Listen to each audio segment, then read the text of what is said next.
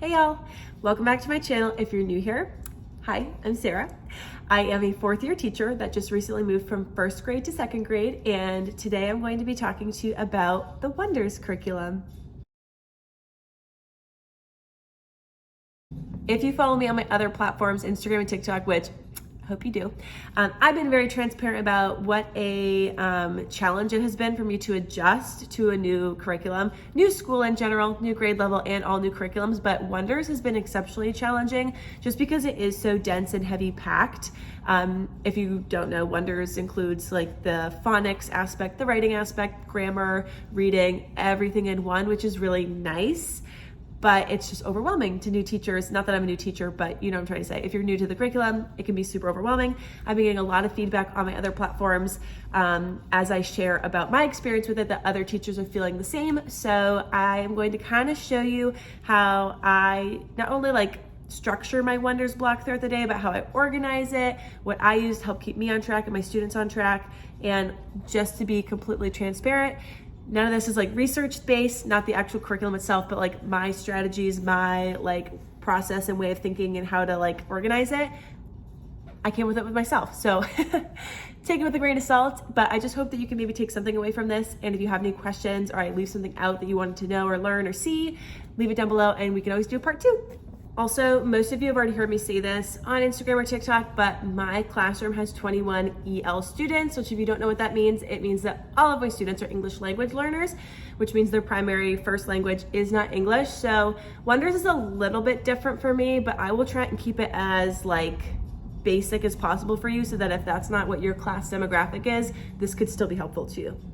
Let's get started. Before I talk about how I teach Wonders and implement it and like sort of structure it throughout the day, I'm gonna show you how I organize my Wonders materials, and I'm gonna show you some resources that I have personally purchased this year to help make Wonders more fluid, if that makes sense. Again, when I first began with Wonders this year, I thought, wow, the materials is overwhelming. Like they give you so many resources, and I'm also going to kind of give you a glimpse at what I use versus what I don't use, what I supplement online versus what I use, you know, hard copy. And again, take it with a grain of salt. This is just what's been working for me so far. Other teachers in my building use different things and do it differently. Okay, let's talk about the manual first. I love this thing. A lot of my coworkers use the online materials, like the online access to this, which you should have if your school paid for it. But I love the actual physical manual. There are 6, 1 for each unit. I should have prefaced, I use it for second grade.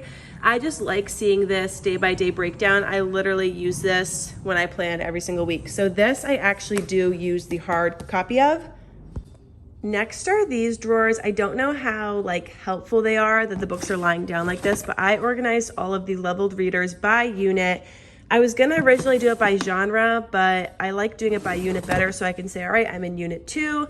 These are all the unit 2 books that they suggest, and then I can find something that's going to actually pertain to what we're learning about this unit. So those are all organized here. And then obviously Wonders comes with extra stuff. So all of these books down here are literally just extra leveled readers, which I decided to keep next to my teacher table so that if I'm ever doing a small reading group and I just have extra time, you just pull one of these babies out. This part I do not recommend. It's just like, again, extra stuff that I haven't really found a use for, that I'm not necessarily using every day. So I just kept them on the top of this cart. Like, to be completely transparent, all these letter cards, I have not found a purpose for them. I think these are extra interactive read aloud cards that don't pertain to a certain unit.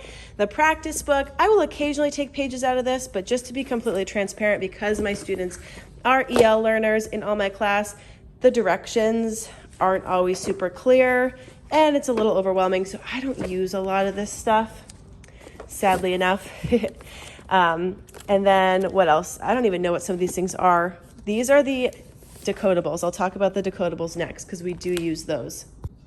So I really like the decodables. I like that on the front page it shows you where all the stories are, because we will use most of these for unit 2. Personally, I feel like for a decodable, this is pretty challenging. So sometimes even for my lowest students, this is still too hard, but I do organize these in my unit bins, which I'll show you next. Here are my unit bins. This is not a great place for them. I'm aware of that, but we're still kind of trying to figure out the whole organization of this classroom. So each bin is a unit. I have different folders in here, which I'll go into in a second, but in each unit bin, here's what I keep. I keep the decodables for each unit. I could have put them in the unit bins. They would have fit, but they also fit in here, so I just kept them in there. These are my folders for my focus wall, which I'll show you in a minute. So there are focus wall folders for each of these so that I can organize my bulletin boards. These are the actual materials that, to be honest, I spent literally hours organizing all this at the beginning of the year during like PD. I barely pull any of this out. And here's why. One, these are like extra books that you can read with them. I don't know when to read these. I don't have time for that.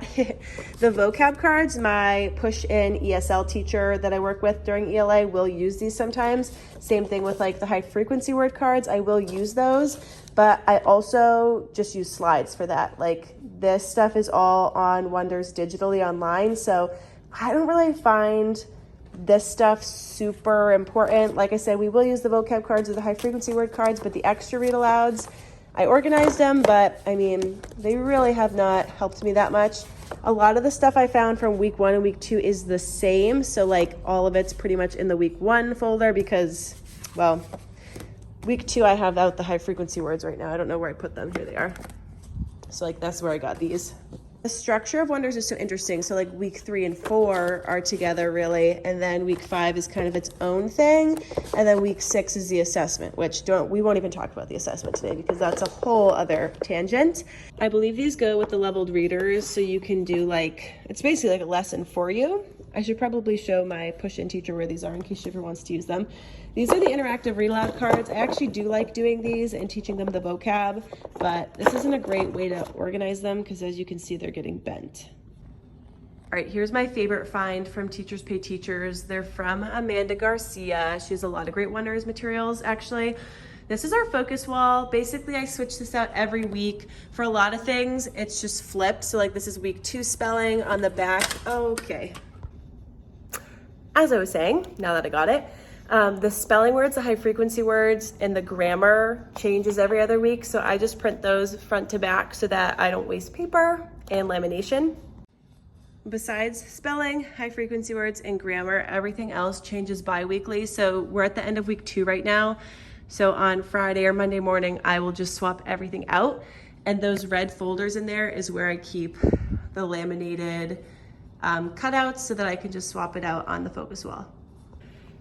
Is the focus wall more of a benefit to me or my students? You know, you put it up on the bulletin board and you're hoping that your students actually, utilize it and look at it and use it as a resource and a reference. But to be completely transparent, I think it literally just keeps me on track. Like I'm like, great, that's our essential question. That's the reading skill we're focusing on. That's a vocab strategy I still have to teach. Like it really kind of helps me. So fun fact. Last thing I'll show you that I found that is helpful for Wonders is these slides that I found that kind of can help you get through the day. If you like really like bare bones, nothing like frilly, just like super simple, easy slides to input into your slide deck. This is what they look like. This is unit 5. So obviously this is not what we're working on right now, but it basically will just kind of, again, help the teacher stay on track for what they need to do. It includes phonics, word work, and you can buy the set for like the unit, or you can buy the whole bundle, which is what we ended up doing. They're just very simple, and I personally like that. So these are on Teachers Pay Teachers. If you're interested in slides, they're from Printable Creations by Caroline.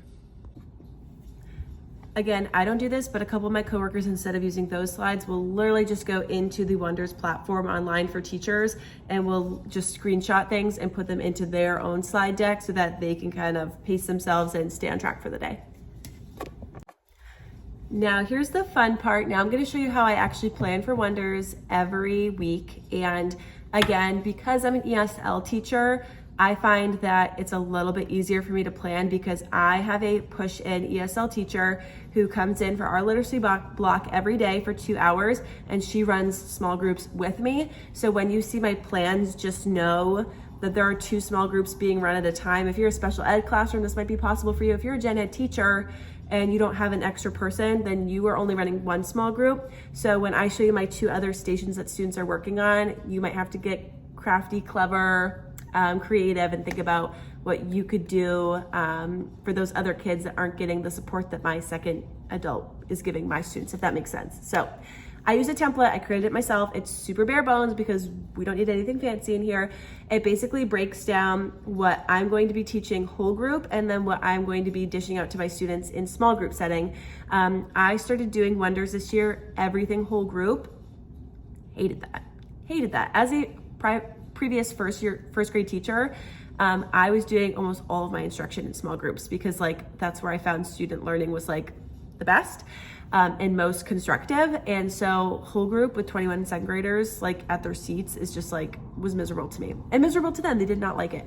All of them came from like classrooms last year where they were pretty much doing like a daily 5 model like I was used to, where they were doing centers, stations, whatever.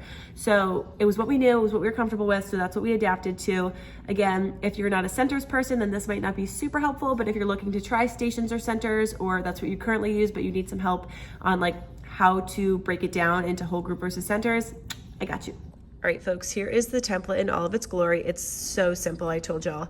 Basically, I list the whole group skills that we need to work on for this day up here. I write the teacher manual page so I know where to find it.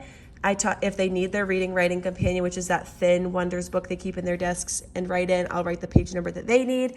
And I always write down student placement. I really don't need that anymore because we're 7 or 8 weeks into this now.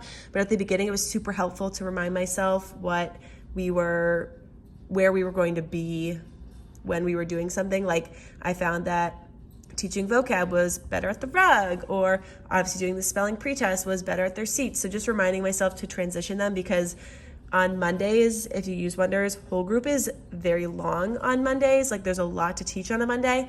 So I find that like moving them from desks to seats helps with that.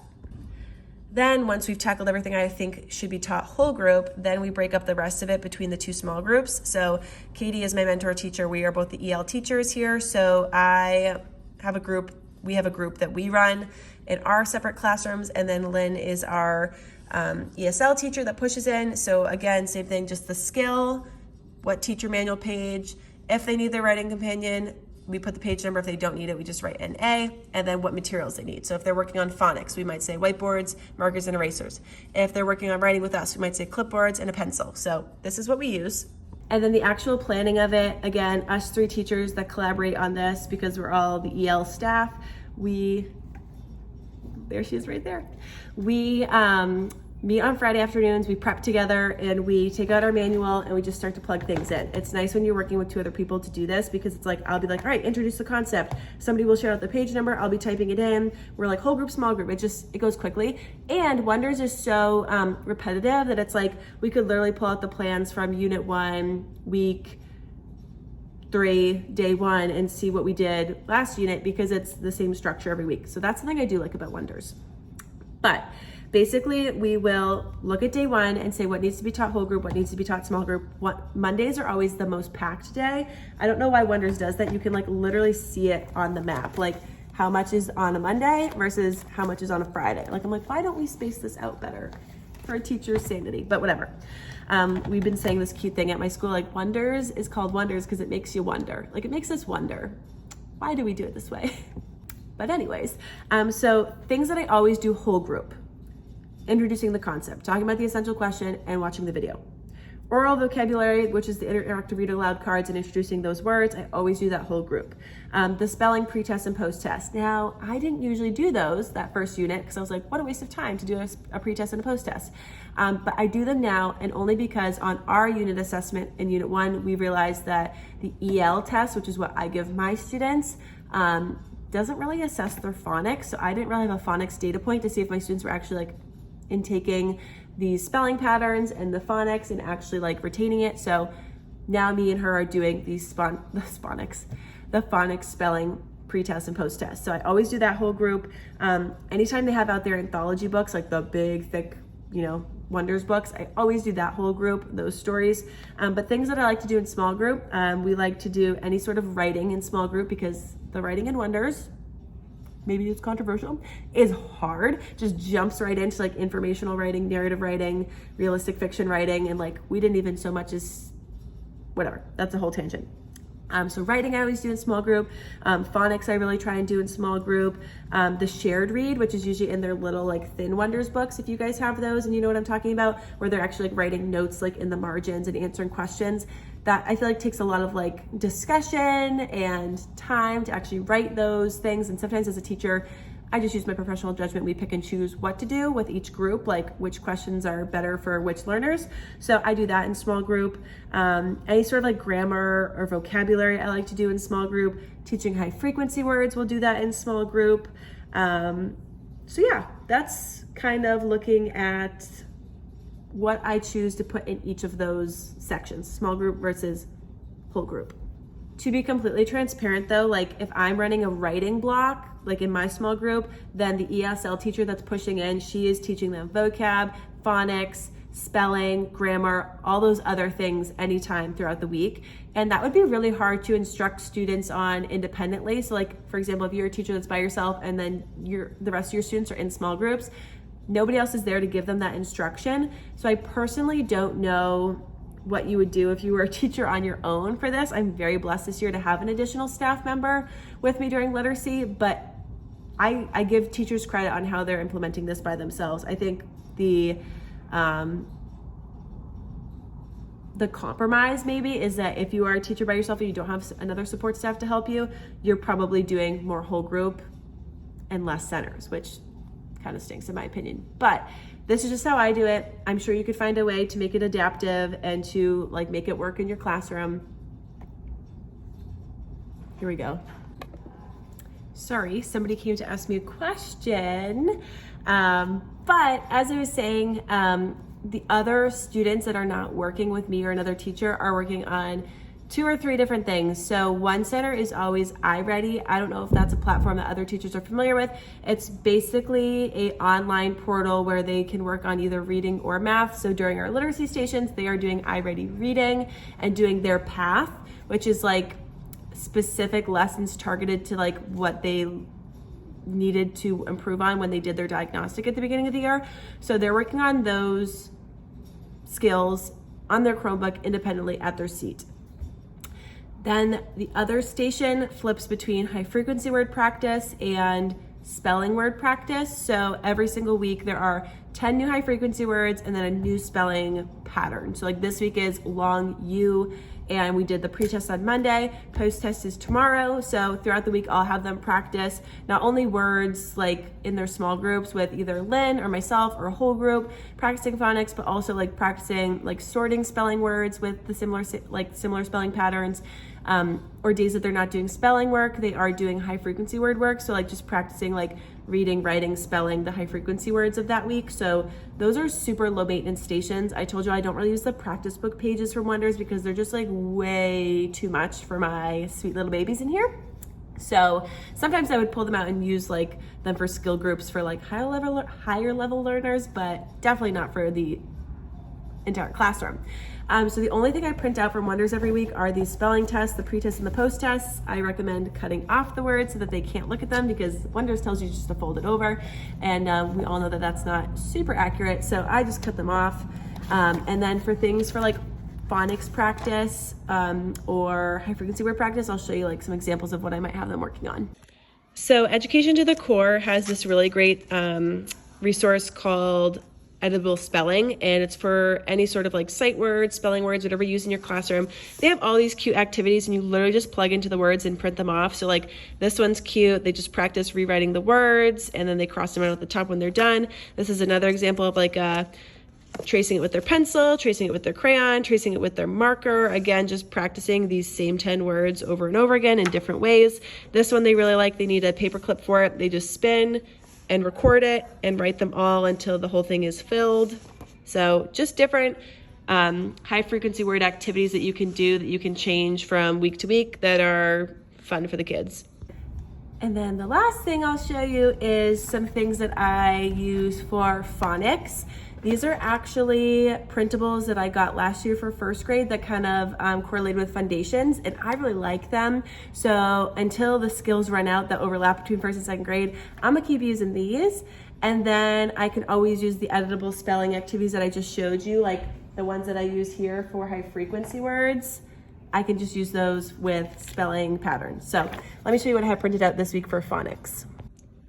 Here's one option that the packet comes with, and it is by Humble Beginnings. So cute. Again, it correlates with foundations, but right now we're practicing long vowel spelling patterns, which is something I also taught them in first grade. So it overlaps, so it works for right now. This is a sort, so they literally just find the right spelling pattern, cut and glue it into the right column. And then this is one that they're doing today. It is similar, but it's all the spelling patterns that they've learned so far, A, I, O, and U. We have not gone over E yet, so it kind of works out. They're looking at the picture, trying to think what the picture would be, and then matching the word. So this is another way that they can practice spelling independently. That's really like all I have for you today. Again, showed you how to organize the materials, showed you what I use in person versus what I use online and digitally, talking about how I actually plan, and then what students are doing with me whole group versus us in centers, and then what is teacher-led center time versus independent center time. Again, what I do is not going to match anybody else that watches this video perfectly. I doubt anybody's going to be watching and being like, wow, I'm a second grade teacher who uses Wonders, that also uses iReady and has the push-in teacher to support them. It's unlikely, but I hope that like by sharing what I'm doing, it either sparks an idea for you, or you learned at least one thing new while watching this that helps you sort of like manage Wonders and implement it in a way that works for you and your students. Again, if you saw anything that you have questions about and need further explanation or help with, please write a comment down below, or honestly, the quicker way to ask me and get help is to DM me on Instagram. So I would love to be a resource to you to help you, because so many teachers on Instagram and TikTok this year have helped me. So I would really like to give back to the community that has done so much for me. That's all I have for y'all today. Thank you so much for watching. I'm sorry I haven't been very active on here. It's just like hard for me to make YouTube videos because I like watching teacher setup videos, like classroom setup videos. And so when I'm done making those over the summer, I'm like out of ideas. But this was a good one, so I'm glad somebody suggested this. And hopefully you enjoyed watching. Feel free to subscribe, like, comment, and then go follow me on my other platforms. I love y'all so much, and have a wonderful week.